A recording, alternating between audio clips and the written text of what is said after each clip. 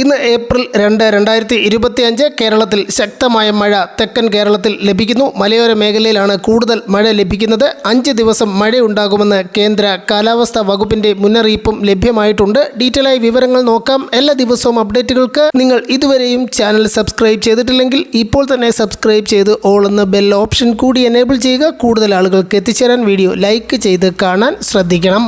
കൊടും ചൂടിൽ ചുട്ടുപൊള്ളുന്ന കേരളത്തിന് ആശ്വാസമായി കേന്ദ്ര കാലാവസ്ഥാ വകുപ്പിന്റെ ഏറ്റവും പുതിയ അറിയിപ്പ്. ഇന്നു മുതൽ വേനൽ മഴ ശക്തമാകുമെന്നാണ് പ്രവചനം. ഇത് പ്രകാരം അടുത്ത 5 ദിവസവും കേരളത്തിൽ മഴ മുന്നറിയിപ്പുണ്ട്. ഈ ദിവസങ്ങളിൽ വിവിധ ജില്ലകളിൽ യെല്ലോ അലർട്ടും പ്രഖ്യാപിച്ചിരിക്കുന്നു.